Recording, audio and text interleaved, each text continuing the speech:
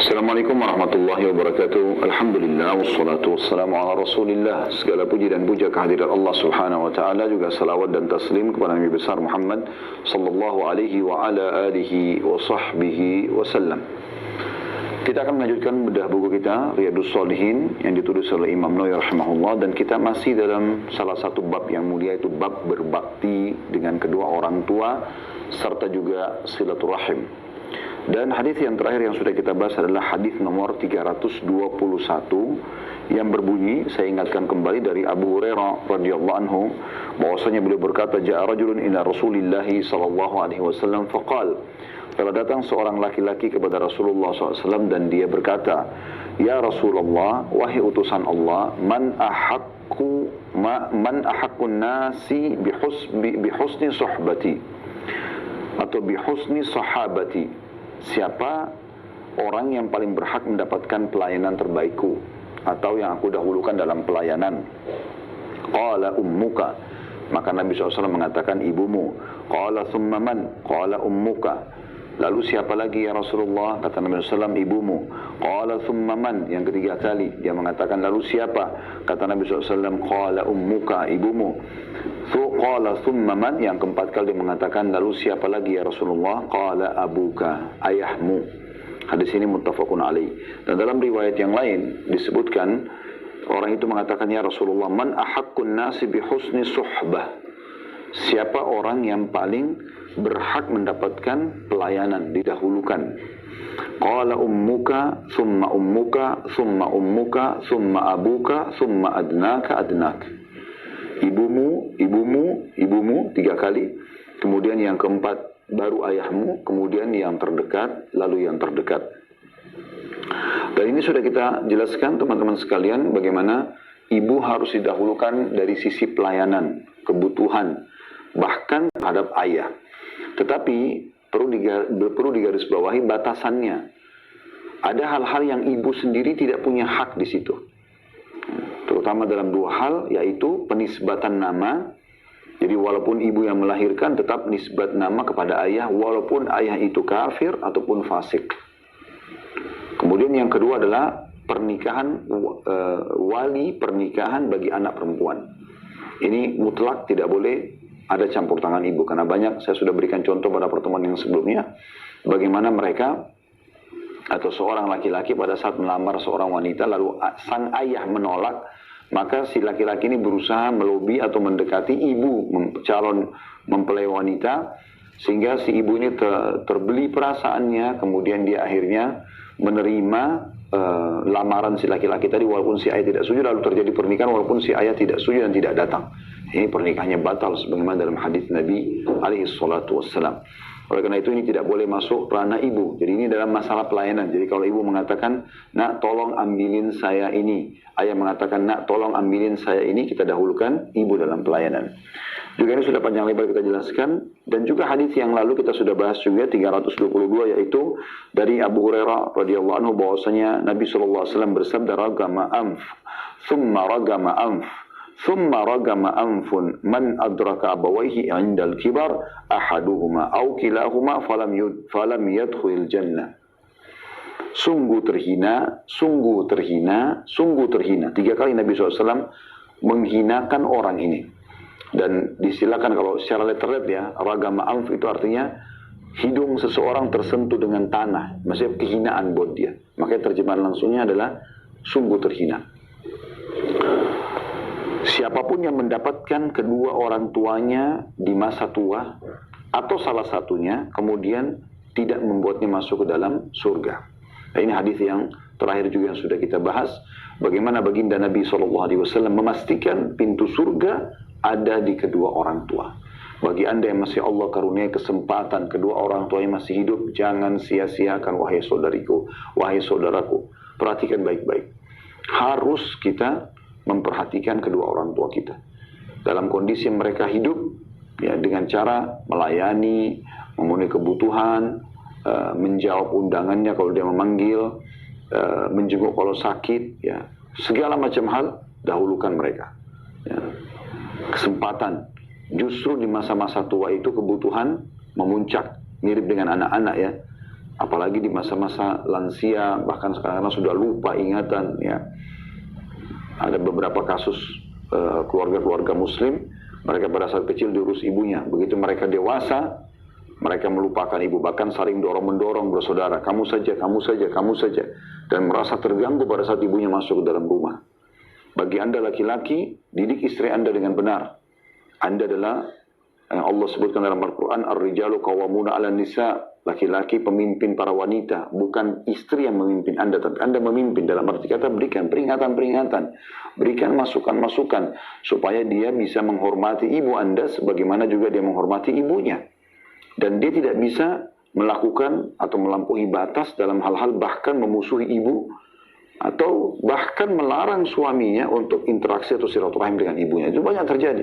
Ini karena kelemahan pribadi si laki-laki tadi, sehingga istrinya leluasa mengaturnya. Apalagi kalau istrinya bukan wanita salihah, wanita mukminah, maka akhirnya dia putus silaturahim, dia durhaka sama ibunya, dan ini berbahaya sekali. Istri Anda bisa ganti ya, ada istilahnya orang cerai kemudian dia nikah sama yang lain, tapi ibu tidak bisa diganti. Dan Anda sebagai istri, kalau kapan Anda membuka pintu untuk membuat suami Anda durhaka sama ibunya, maka pastikan Anda pun akan didurhakai oleh anak Anda sendiri. Hati-hati, hukum itu berlaku tentunya. Al-jaza min jinsil amal. Balasan akan datang sesuai dengan kadar perbuatan seseorang. Jadi hati-hati. Ada kisah yang unik diceritakan oleh seorang dai di Timur Tengah. Dan dia menceritakan tentang orang yang memang datang menceritakan itu langsung kepada dia. Dan dia sampaikan di ceramahnya. Gitu kan. Kemudian saya bersangka baik kalau kisah ini benar. Ya, karena memang dia dai yang dikenal insya Allah di Timur Tengah. Maka dia pun mengatakan orang ini datang kepada saya sendiri menceritakan tentang bahayanya efek daripada perbuatan dosa. Dan bisa terjadi hal yang sama. Gitu. Maka dia bilang satu waktu si pelaku ini pernah memiliki hubungan gelap dengan seorang wanita, bukan dengan pernikahan, sampai akhirnya terjadi perzinahan. Dan setelah perzinahan terjadi, ternyata hamil. Keluarga si wanita minta tanggung jawab. Maka si laki-laki ini memungkiri, bahkan memastikan kalau dia tidak pernah berhubungan biologis, dia dusta, dia bolak-balikan fakta. Intinya dia tidak mau bertanggung jawab. Subhanallah, berjalan waktu. Dia bilang, orang yang si pelaku ini mengatakan, saya sudah lupakan kasus itu karena saya anggap saya selamat. Setelah sekian tahun, saya lagi duduk sama ibu saya dalam rumah. Saya serumah sama ibu saya, sama adik saya perempuan. Dia bilang, saya begitu pulang dari tempat kerja, masuk dalam rumah, saya temukan ibu saya pingsan, sambil dia air mata membasahi pipinya. Kemudian saya pun membangunkan ibu saya sampai sadar. Kemudian ibu saya nangis-nangis, lalu dia mengatakan, sungguh menyedihkan. Kemudian pingsan lagi. Begitu terus. Maka saya bingung, saya mengatakan, ibu ada apa? Sampaikan, mungkin saya bisa bantu, ada masalah apa? Ibunya nggak bisa ngomong gitu. Sampai sudah beberapa kali dia pingsan bangun, terakhir baru dia mengatakan, adikmu diperkosa sama orang. Dan hamil di luar nikah. Maka si pelaku mengatakan, subhanallah, yang tiba-tiba pada itu memberikan peringatan kepada saya terhadap apa yang saya lakukan. Dan ternyata terjadi hal yang sama, laki-laki itu tidak mau bertanggung jawab dan memungkiri tentang hubungan biologis itu. Terjadi pada adik kandungnya. Terus dia bilang, ternyata belum sampai di situ. Berjalan waktu, saya pun menikah, dia bilang. Setelah saya menikah, saya dikaruniai seorang anak wanita. Dan anak wanita itu sangat cantik. Setelah dia mulai besar, pas dia memasuki awal masa balik, saya pulang dari kerja, beberapa tahun kemudian ini, bayangkan sudah belasan tahun gitu kan. Dia bilang kemudian saya pulang ke rumah, saya temukan istri saya nangis-nangis. Itu isak-isak, mirip dengan kasus ibu saya, pingsan, nangis. Lalu saya tanyakan kenapa, dia bilang anak kita baru diperkosa oleh penjaga komplek, security komplek. Dan juga terjadi hal yang sama gitu. Ya. Security melarikan diri dan tidak bertanggung jawab. Dia mengatakan la haula wala quwata illa billah. Sungguh ini berarti peringatan dari Allah Subhanahu wa taala agar saya segera taubat nasuha. Maka dia baru terfikir untuk taubat nasuha, gitu kan. Setelah peringatan-peringatan dari Allah Subhanahu wa taala. Dan berapa banyak kisah yang berhubungan dengan masalah ini. Pernah juga ada seorang teman dekat saya, beliau dari Syria, salah satu dai. Saya tidak usah sebutkan namanya. Intinya kami pernah cerita tentang masalah bakti dengan orang tua saya. Kebetulan pernah satu alma mater dengan beliau mengajar di Indonesia ini. Kemudian sampailah kami pada cerita tentang bakti pada orang tua dan bagaimana bahayanya durhaka itu. Maka dia cerita, dia bilang di kampung saya sendiri di Syria, sebelum terjadi kasus sekarang tentunya keributan antara Bashar dengan masyarakatnya segala macam. Intinya kisah waktu dia masih muda, teman saya dan teman saya yang lebih tua dari saya tentunya, dia mengatakan ada satu orang kalau kita sekarang mungkin RT kita ya, dia bilang terkenal sekali orang ini, kaya dan dia punya anak laki-laki, dia sangat sayang. Kemana-mana selalu anaknya ikut. Dan saking sayangnya tidak pernah ada permintaan anaknya yang dia tolak. Satu waktu dia bilang lagi jalan di pasar, kami semua ada di situ, kata teman saya ini. Tiba-tiba si anak ini ngomong dan orang semua mendengarkan, ayah belikan saya itu. Lalu ayah mengatakan, nak, ayah lagi tidak bawa uang. Terjadi sesuatu yang aneh sekali pada saat itu, tiba-tiba si anak marah lalu memukul ayahnya. Dipukul itu bukan cuma pukul biasa ya, memukul sampai ayahnya jatuh. Seperti seorang musuh gitu. Temannya aja belum tentu dia pukul seperti itu, tapi ini ayahnya dipukul sampai jatuh. Pada saat jatuh, orang-orang di situ tiba-tiba datang dan mau ngeroyokin si anak. Ini anak sudah gila, mereka tahunya adalah anak. Gimana bisa pukul ayahnya? Itu pun ayah masih mengatakan, sudah jangan disakiti anak saya. Mereka sampai heran mengatakan, apa kok bapak dia sudah sedurhaka ini sampai akhirnya kau tetap saja membelahnya? Harusnya dia dihukum anak ini, dipukul gitu. Dan dia bisa menjadi contoh bagi orang lain di sini nanti. Seakan-akan anak bisa memukul ayahnya. Kata dia, saya tiba-tiba teringat, di tempat ini, di tanah sekarang yang saya jatuh ini, waktu saya masih seumur sama anak saya, dulu saya pernah melakukan sama kepada ayah saya. Dia pernah pukul juga ayahnya dulu. Maka Allah SWT balas dia dengan perilaku anaknya kepada dia. Subhanallah. Wala hawla wala quwata illa billah. Bagaimana Allah Azza wa Jalla memberikan hukuman itu. Allah cemburu teman-teman sekalian dengan kemaksiatan yang kita lakukan. Maka kita mungkin bisa melakukan kesalahan di masa lalu, tapi kita bertobat kepada Allah Subhanahu wa Ta'ala. Tidak boleh kita membiarkan ya, dosa kita terus berlarut-larut. Ya. Taubat dan kita coba perbaikin. Kalau itu adalah juga hak manusia, kembalikan haknya. Sekarang kita akan masuk teman-teman ke bahasan kita 323. Dari Abu Hurairah radhiyallahu anhu bunyi hadisnya, anna rajulan qala ya Rasulullah inna li karabatun asiluhum wa yaqta'unani wa uhsinu ilaihim wa yusi'una ilayya wa ahlumu anhum wa yajhaluna alayya faqala la in kunta kama qulta faka'annama tusiffuhumul mal wa la yazalu ma'aka minallahi dhahirun alaihim ma dumta ala dhalik. Bahwa ada seorang laki-laki datang dan berkata kepada baginda Nabi SAW, wahai Rasulullah, saya mempunyai kerabat. Saya menghubungi mereka tapi mereka memutuskanku. Saya berbuat baik kepada mereka tapi mereka berbuat buruk kepadaku. Saya selalu sabar, dalam kurung santun, terhadap mereka, tapi mereka selalu berbuat bodoh terhadapku. Maka beliau bersabda, kalau memang benar apa yang kamu katakan ini, maka seolah-olah kamu menyuapkan abu panas kepada mereka. Dan penolong dari Allah akan selalu menyertaimu dalam menghadapi mereka selama kamu tetap seperti itu. Hadits ini dijelaskan di bawahnya ada sedikit tambahan. Tusiffuhum dengan ta yang didommahkan, sin yang dikasar dan fa yang ditasydid, dibaca seperti itu. Al-mal dengan mim di fathah, lam di tasydid, artinya abu panas. Seolah-olah kamu menyuapkan abu panas pada mereka. Ini adalah perumpamaan yang menyerupakan dosa yang menimpa mereka dengan rasa sakit yang dialami oleh orang yang memakan abu panas. Sementara orang yang berbuat baik kepada mereka tidak mendapat kerugian apapun. Justru mereka lah yang berdosa besar karena mereka tidak memenuhi hak dan telah menyakitinya. Ya, wallahu alam. Ini ketambahan yang disebutkan oleh Imam Nawawi rahimahullah. Hadits ini menjelaskan kepada kita tentang pentingnya silaturahim. Silaturahim. Ada teman-teman sekalian, rahim itu hubungan kekerabatan yang kita begitu lahir sudah punya hubungan. Seperti orang tua kita, ayah, ibu, dan semua jalur ke atas, kakek, nenek, dan seterusnya. Semua jalur ke samping mereka, saudara, saudari, ya, daripada ayah kita dan kakek kita, ibu dan juga nenek kita. Semua jalur ke samping kita, saudara dan saudari, seayah, seibu, seayah, gitu kan. Semua jalur ke bawahnya saudara kita, keponakan. Semua jalur ke bawah kita, anak, cucu, cicit, dan seterusnya.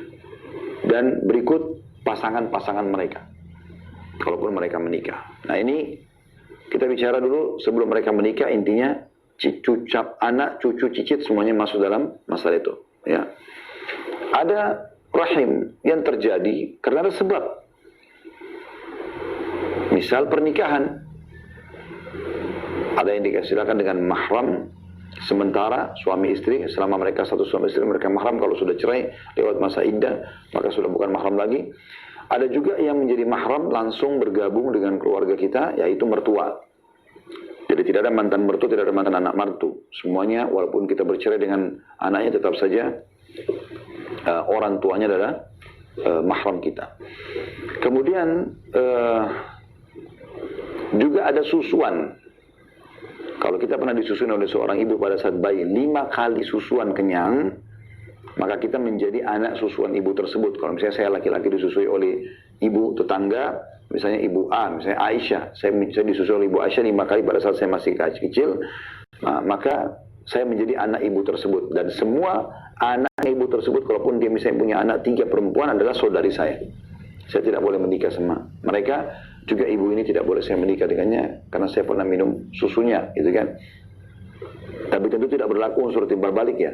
Anak ibu itu tidak menjadi mahram bagi saudara-saudara saya karena saudara saya tidak disusui oleh ibu tersebut. Hanya saya saja, karena saya disusui, saya punya ya, hubungan kekerabatan. Jadi seperti itu. Nah ini ada semuanya. Ya. Ada juga orang yang punya hubungan kekerabatan, ya, tetapi mereka bukan mahram, yaitu ipar, ya.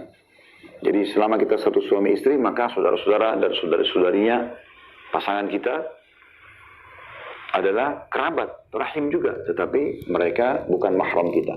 Dan pada saat pasangan meninggal dunia, kita boleh menikah dengan saudarinya ataupun saudaranya. Jadi kalau saya istri meninggal, saya masih bisa menikah dengan adik istri atau kakak istri, ya kan?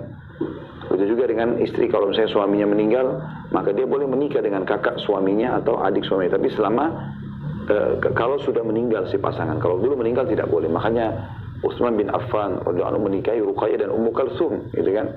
Pada saat salah satunya meninggal, maka Nabi SAW menikahkan dengan yang lainnya. Seperti itu kurang lebih. Nah ini orang-orang yang punya hak tersendiri, bagaimana kita bisa mendapatkan pahala dari mereka. Tidak ada pahala ekstra. Nah kita dengarkan sekarang. Saya ulangi kembali bahwa ada seorang laki-laki berkata, ya Rasulullah, saya mempunyai kerabat. Ya. Saya menghubungi mereka, tapi mereka memutuskan. Kalau kita sekarang telepon, WA, ya, kita coba menghubungi mereka, tapi mereka malah memutuskan. Saya berbuat baik pada mereka. Ini perbuatan pertama ya. Coba melanjutkan hubungan, tapi mereka nolak. Mungkin karena jenjang ekonomi, status sosial ya, segala macam. Atau mereka merasa ada kekurangan fisik, kadang-kadang mereka tidak mau berhubungan sama kita misalnya. Saya berbuat baik sama mereka, tapi mereka berbuat buruk kepadaku. Senyum, salam. Coba berbuat baik, tapi mereka malah balas dengan keburukan. Yang ketiga, saya selalu sabar, santun terhadap mereka, tapi mereka justru berbuat bodoh terhadapku. Berbuat bodoh ini maksudnya apa? Jadi kayak misalnya mereka caci maki, kita malah tidak membalas, maka malah makin jadi-jadi. Ya seperti itu ya. Maka beliau bersabda, kalau benar apa yang kamu katakan itu, maka seolah-olah kamu menyuapkan abu panas. Ya. Jadi kalau ada abu, dipanasin sampai panas benar, gitu kan. Kemudian dimasukkan ke dalam mulut, tidak bermanfaat untuk jadi makanan, malah mengotorkan makanan, mengganggu pernafasan, mengganggu tenggorokan dan segala macam. Dan panasnya bisa melukai gusi, mulut dan segala macam. Dan penolong dari Allah akan selalu menyertaimu. Maksudnya tidak akan ada masalah dengan kamu. Walaupun mereka melakukan itu, tetap aja kamu dapatkan pahala. Dan penolong dari Allah akan selalu menyertaimu dalam menghadapi mereka selama kamu tetap seperti itu. Dalam arti kata, kalau mereka berusaha merusak namamu, Allah punya cara untuk memperbaiki namamu atau citaramu kembali. Mereka tidak mau menjenguk kau sakit, akan datang orang lain yang menjengukmu. Kalau mereka tidak mau memberikan bantuan, akan ada bantuan dari orang pihak lain yang memberikan. Seperti itulah. Ya. Jadi hadis ini sebagaimana saya katakan memberikan gambaran tentang masalah pentingnya silaturahim. Pelajaran pertama dari hadis adalah masalah kedudukan dan keutamaan silaturahim. Ya. Walaupun sampai kita yang diputus. Ya. Jadi kalau ada orang berbuat buruk, teman-teman, jangan balas dengan keburukan. Ini hadis yang jelas. Sahabat ini sampai merincikan. Saya menghubungi mereka, mereka memutuskan. Saya berbuat baik, mereka malah berbuat jahat. Saya sabar, mereka malah membalas, makin jadi-jadi mengganggu saya. Ya. Apalagi kira-kira yang membuat kita mau bertahan. Tidak ada kecuali adanya tadi silah ar-rahim, kekerabatan. Nah, di sini kalau dengan kondisi seperti itu saja, ya, kita masih dianjurkan untuk tidak memutus rahim. Tetap biarkan, kata Nabi SAW, tetap. Kalau seperti itu tetap kau akan dapat pahala. Mereka putuskan kamu, kamu tetap bersambung. Mereka mencaci maki kamu, kamu tetap baik, gitu kan? Mereka menyakiti kamu, kamu tetap sabar. Maka kau akan dapat pahala. Nah, ini penting sekali teman-teman sekalian. Jadi keutamaan silaturahim luar biasa. Sampai ya, ini menjelaskan kepada kita juga poin penting, yaitu kalau yang seperti ini saja tetap dianjurkan untuk tidak memutus mereka. Udah sangat jahat nih, super jahat, gitu kan. Mereka berbuat jahat, mereka menyakiti kita, mereka memutus, telepon tidak mau, menghina, segala macam hal dilakukan sama dia. Tetap kita diajukan silaturahim. Bagaimana dengan kerabat yang baik? Pernah berbuat baik kepada Anda, tersenyum, menyambut Anda kalau Anda datang, suka memberikan bantuan, Anda sakit, dijenguk, dan segala macam. Maka tentu tidak layak Anda balas kebaikan orang dengan keburukan. Ada orang begitu, dia kalau sakit dijenguk, tapi kalau orang lain sakit dia nggak mau datang. Ya. Ada orang suka dia kalau diberikan hadiah, tapi tidak pernah membalas hadiahnya orang lain. Gitu ya. Selalu suka, oh si fulan baik, selalu berikan kami hadiah. Tapi kamu berikan apa kepada orang? Berikan sesuatu, balas kebaikan itu. Termasuk sunnah Nabi SAW adalah membalas kebaikan dengan kebaikan. Kata Nabi SAW, kalau orang berbuat baik padamu, balaslah dengan kebaikan yang setimpal. Kalau kau betul-betul tidak bisa, ucapkan jazakallahu khairan. Karena itu akan mencukupi bagi dia. Semoga Allah membalasmu dengan kebaikan. Nah, jadi ini pelajaran pertama tentang kedudukan silaturahim itu sendiri. Pelajaran yang kedua yang kita bisa ambil dari hadis ini adalah bagaimana orang yang memutus silaturahim justru sudah Allah Subhanahu wa taala pastikan akan ada hukuman pada mereka. Ya. Di sini makna kalau kau tetap betul seperti dengan apa yang kau katakan, kata Nabi SAW, seakan-akan kau memasukkan abu panas ke dalam mulut mereka. Ini berarti menandakan ada hukuman bagi orang yang memutus silaturahim. Ini pelajaran yang kedua. Pelajaran yang ketiga adalah adanya yang dipastikan oleh Nabi SAW pertolongan bagi orang yang terzalimi. Kita sudah berbuat baik, ternyata orang membalas dengan keburukan. Tidak usah khawatir. Kata Nabi SAW, akan selalu ada penolong dari Allah untukmu. Jadi ini bisa kita tarik dalam semua lini kehidupan kita. Anda kerja di kantor, Anda dizalimi. Tidak usah khawatir. Tidak usah khawatir. Allah Subhanahu wa taala punya cara untuk memberikan pertolongan kepada Anda. Yang penting Anda tidak salah. Hadis selanjutnya nomor 324 yang memastikan juga keutamaan silaturahim, yaitu diluaskannya rezeki. Hadis yang masyhur, bahkan diberkahi umurnya. Hadis riwayat Bukhari Muslim. Kalau tadi hadis sebelumnya kita bahas 323 itu adalah hadis riwayat Muslim ya. Kalau ini hadis riwayat Bukhari Muslim. Dari Anas radhiyallahu anhu bahwa Rasulullah SAW bersabda, man ahabba an yubsata lahu. Maaf saya ulangi. Man ahabba yubsata lahu fi rizqihi wa yunsa'a lahu fi atharihi falyasir rahimah. Barang siapa ingin diluaskan rezekinya, ini kata kunci. Dan diakhirkan ajalnya, ini terjemahnya begitu ya, maka hendaklah menyambung silaturahim. Hadis ini teman-teman sekalian pendek tapi padat, memiliki banyak sekali hikmah yang luar biasa. Pelajaran pertama teman-teman sekalian, sama dengan tadi sebelumnya, keutamaan silaturahim. Yang kedua, dan anjuran untuk silaturahim ya. Yang kedua adalah salah satu kunci bertambahnya rezeki adalah silaturahim. Dan perlu saya jelaskan teman-teman sekalian, dan ini sudah ada penjelasan khusus, judulnya di YouTube itu di playlist, Anda bisa lihat, saudaraku, ini adalah rahasia rezekimu. Dan insya Allah dalam waktu dekat, mohon doanya, buku itu akan terbit insya Allah. Di situ teman-teman sekalian saya jelaskan, rezeki kebanyakan orang menyalahfahami. Dia anggap rezeki itu adalah uang, duit, materi. Sementara banyak yang masuk dalam makna rezeki yang mereka lupakan, bahkan mereka tidak tahu. Anda sekarang bisa mengikuti acara ini, dan mata Anda bisa melihat ke layar TV Anda kalau connect ke TV YouTube-nya, atau Instagram atau Facebook-nya, atau di handphone Anda. Mata kita bisa melihat ini sebuah rezeki. Telinga kita bisa mendengar sebuah rezeki. Hati kita bisa mencerna, merenungi sebuah rezeki. Lidah kita bisa mengucapkan dan merasakan, mungkin Anda sekarang lagi makan, lagi minum sambil dengerin ceramah, sebuah rezeki. Hidung kita bisa bernafas, sebuah rezeki. Ya, ini luar biasa ini rezekinya. Telinga kita bisa mendengar, kemudian kaki kita bisa melangkah, kemaluan kita masih bisa berfungsi. Luar biasa rezekinya. Yang baju, makanan, minuman, rumah, kendaraan, pasangan, keturunan, semua rezeki. Jadi rezeki itu jauh lebih luas daripada apa yang dipahami sebagian orang. Kenapa saya datangkan penjelasan ini teman-teman sekalian? Karena banyak orang begitu. Dia udah punya pasangan, dia udah punya anak. Dia sudah punya tempat tinggal. Tempat tinggalnya ini walaupun masih kontrak misalnya. Tapi dia selalu berkeluh kesah dan merasa kurang. Padahal sebenarnya ini rezeki yang luar biasa. Dan Allah sudah mengatakan, la in syakartum, kalau kalian syukuri rezeki yang aku berikan, la azidannakum, saya pasti akan tambah. Wala in kafartum inna adzabi lasyadid, kalau kalian kufur, apa ini? Aku lukusa, maka azabku pedih. Allah bisa tetapkan di dalam kondisinya dia. Syukuri, baru bisa pindah level, gitu kan? Syukuri nikmat Allah SWT. Alhamdulillah, saya masih punya ini, saya masih punya istri, masih punya suami, masih punya anak, masih punya tempat tinggal, masih punya kendaraan, masih banyak rezeki. Kita masih sehat dibandingkan orang-orang lain yang masih sakit, atau yang sudah sakit. Ya.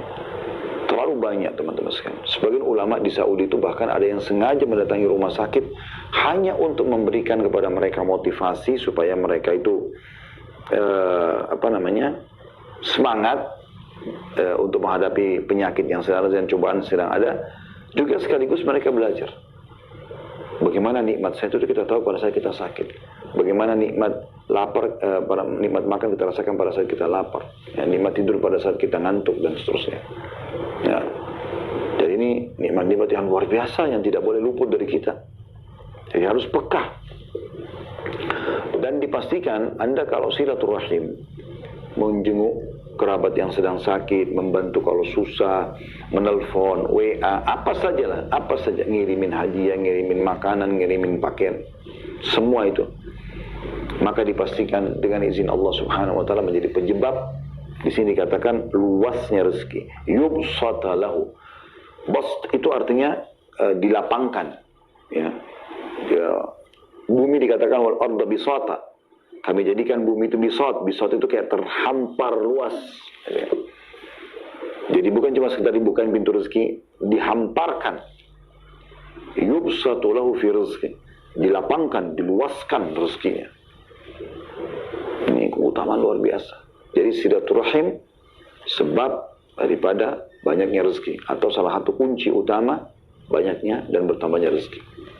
Faedah yang ketiga adalah juga diberikan keberkahan dalam umur. Nah, ini perlu dijelaskan. Ibnu Taimiyah rahimahullah menjelaskan makna, ya. Di sini wa yunsa'alahu fi athari, dan dipanjangkan umurnya. Pertanyaan, apakah memang umur yang tadinya 60 menjadi 70? Maka Ibnu Taimiyah rahimahullah menjelaskan dalam salah satu statement beliau mengatakan rahimahullah, yang dimaksud adalah dipanjangkan keberkahan umurnya.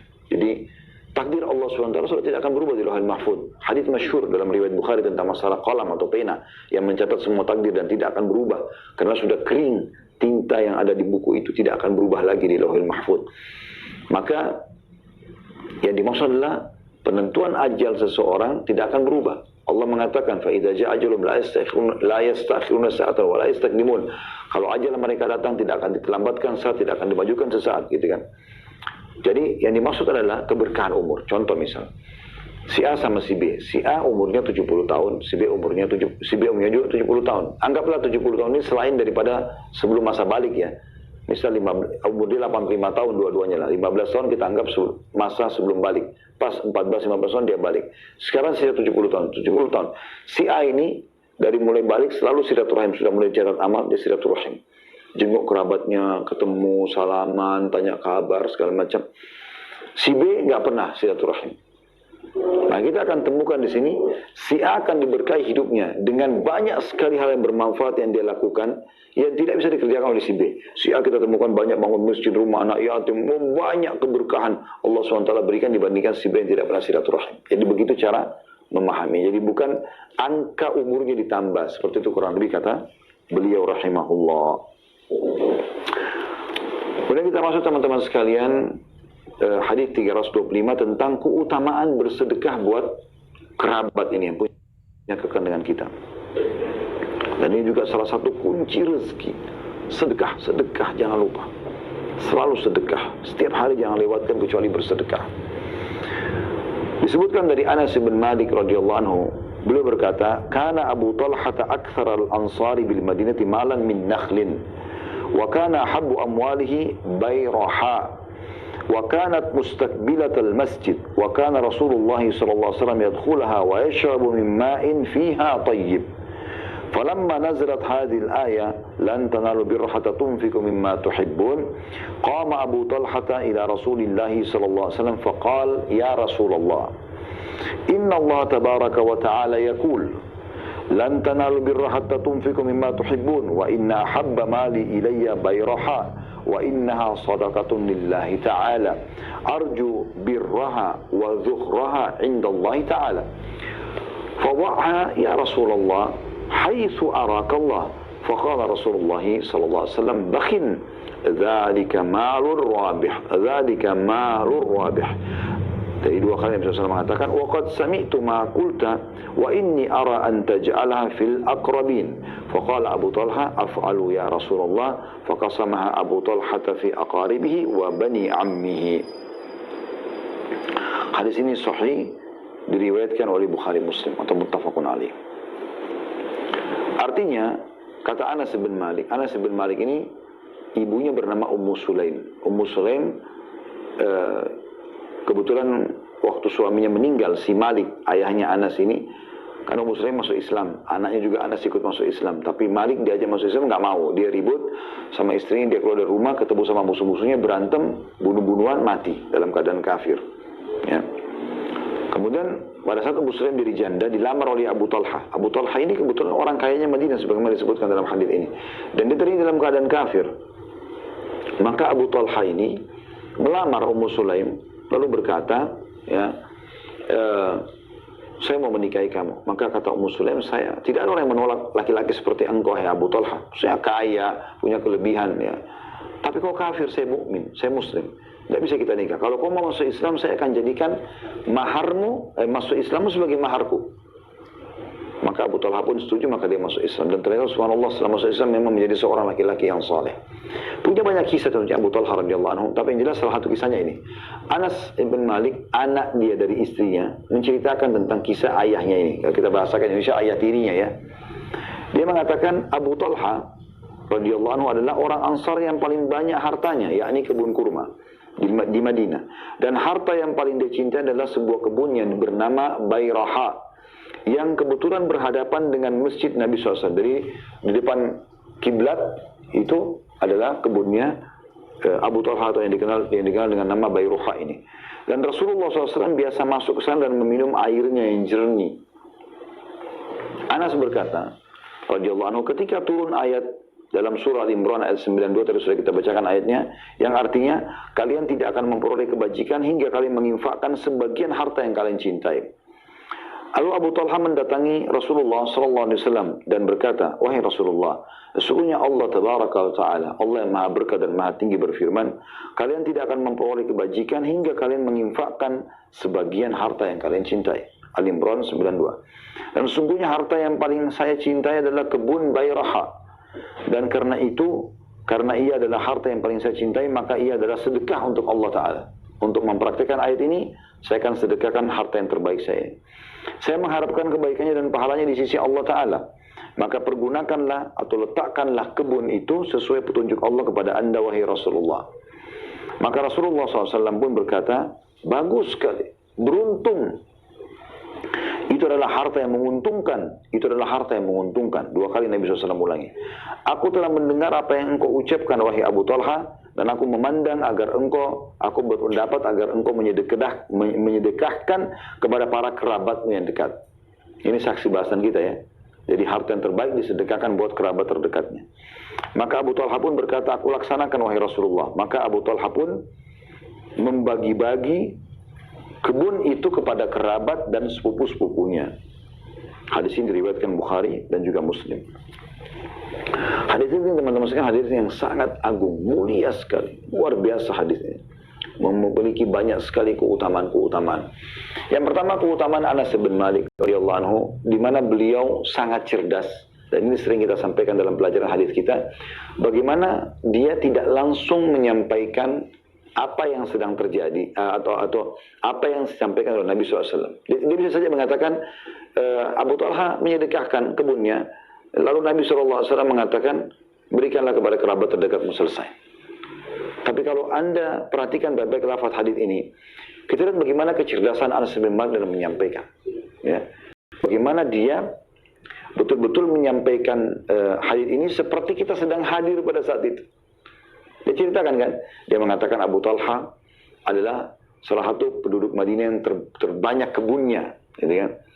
Dan satu hari, ya, dan dia punya kebun berhadapan dengan masjid Nabi SAW. Kan ini semua kayak pada saat itu mungkin satu penduduk Madinah tahu tentang kisah itu, tapi mereka ya sudah, kebunnya Abu Talha ada depan masjid, selesai gitu. Dan mereka tahu semua di Madinah. Dan mereka tahu namanya Bayruha. Tapi kan kita yang sekarang yang datang setelah Nabi SAW meninggal, Anas bin Malik meninggal, semua sahabat meninggal, kita kan tidak tahu tentang ada kebun di depan Masjid Nabawi, posisinya namanya Bayruha, kita kan tidak tahu. Anas bin Malik dengan jeli menyampaikan itu, radhiyallahu anhu, supaya kita tahu, oh kebun ini saking luar biasanya berada di depan kiblat, dan juga ada mata airnya yang sangat jernih, plus Nabi SAW sering datang. Ini plus semua ini, sudah kebunnya di depan Masjid Nabi. Dan pada saat itu, kalau kayak di Jakarta ini, sekitar Masjid Nabi itu kayak Menteng, daerah yang paling mewah gitu kan. Silakan begitu. Mohon maaf saya kasih contoh ini. Karena begitu ada Masjid Nabi, ada rumah Nabi, itu menjadi daerah yang sangat elit dan eksklusif, yang sangat bagus gitu ya. Orang semua berangan-angan untuk bisa di situ. Nah ini kebun pas depan Masjid Nabawi. Satu. Yang kedua, kebun itu memiliki mata air yang jernih. Yang ketiga, Nabi SAW suka masuk ke kebun itu. Ya. Itu digambarkan kelebihan-kelebihan yang luar biasa ini. Ya. Kemudian dia gambarkan lagi bagaimana pada saat turun firman Allah Subhanahu Wa Taala,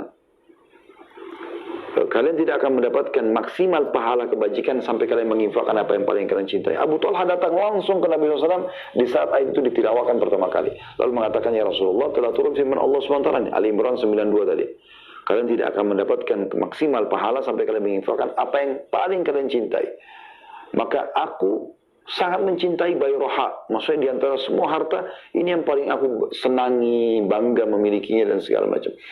Maka aku ingin mendapatkan keutamaan ayat tadi dengan cara mengeluarkan ya kebun ini di jalan Allah.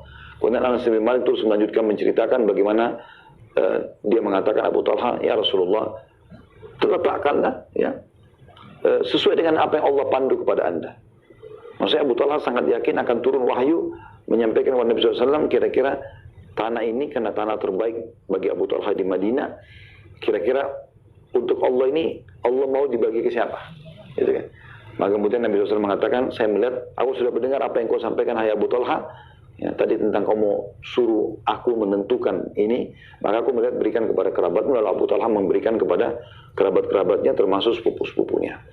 Di sini teman-teman sekalian kita lihat bagaimana kejelian. Ini keutamaan pertama Anas bin Malik menyampaikan tentang riwayat ini. Sehingga kita seakan-akan jadi tahu, oh ternyata di depan. Saya menjak pelajari hadis ini, setiap kali saya lewat di depan Masjid Nabawi, saya membayangkan ternyata ya itu apa namanya? Dulu ada Bayroha di sini. Gitu ya. Karena posisi Masjid Nabawi yang sekarang yang dikenal dengan Raudhah itulah Masjid Nabi SAW yang pertama. Berarti Bayroha itu sudah jelas ada di sekitar situ, di depannya, ya.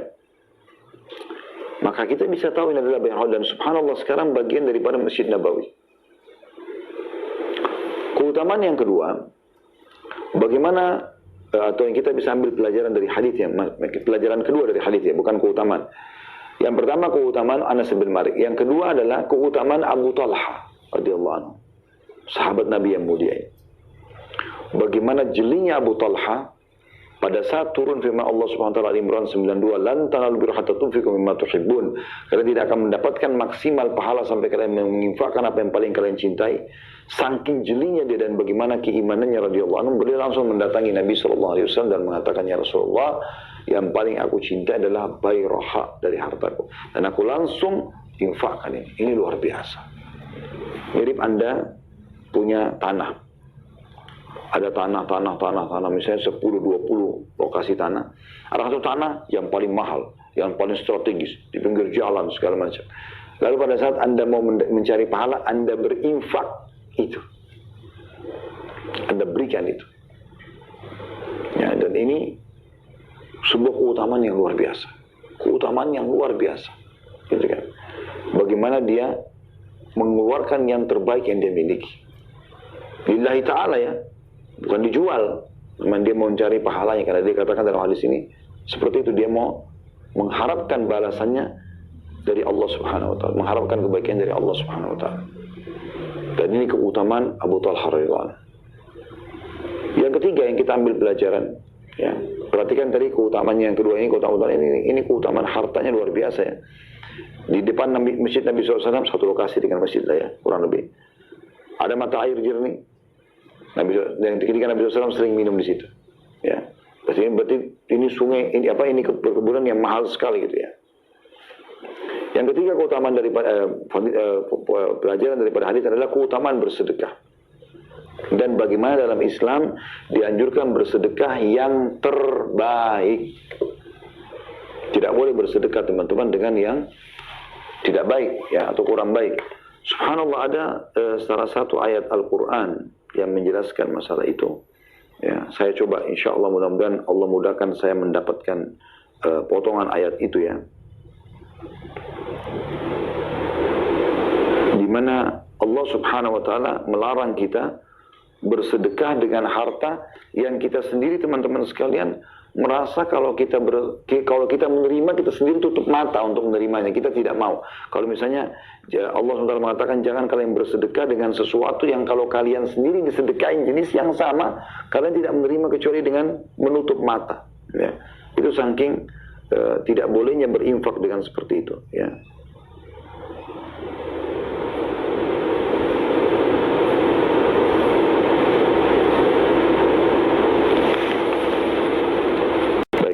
Maaf, saya izin cari sebentar.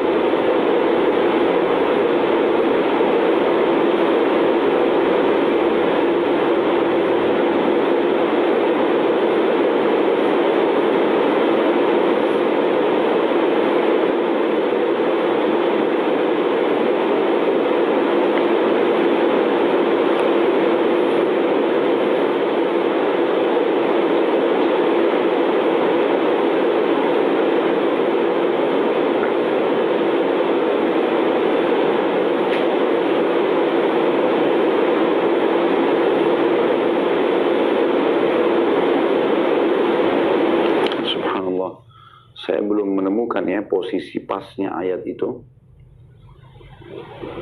Semoga saja Allah Subhanahu wa taala mudahkan.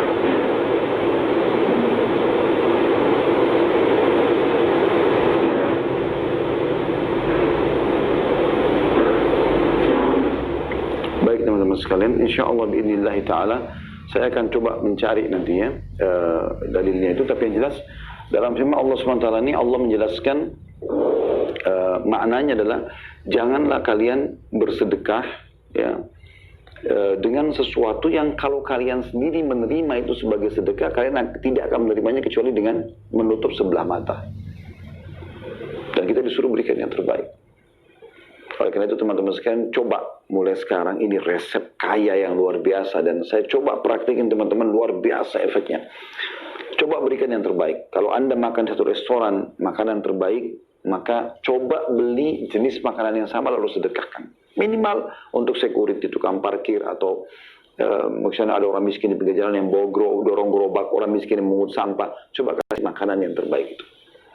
Kita pernah membeli baju bagus, coba beli sama, sedekahkan jenis itu. Yang terbaik berikan kepada Allah Subhanahu wa taala. Jangan selalu memberikan yang pas-pasan. Boleh kita bersedekah dengan kelebihan makanan, kelebihan pakaian, oke lah. Atau sudah kita tidak pakai, atau kita tidak makan. Tapi teman-teman, ada nilai tersendiri kalau kita bersedekah dengan yang terbaik. Seperti kasus Abu Talha di sini radhiyallahu anhu. Bagaimana beliau coba bersedekah dengan yang terbaik yang dia miliki. Dan itu langsung spontan, dia cari yang terbaik, langsung dia sedekahkan. Ya, wakafin tanah yang terbaik, keluarkan baju yang terbaik, makanan yang terbaik, dan seterusnya. Ini keutamaan tersendiri.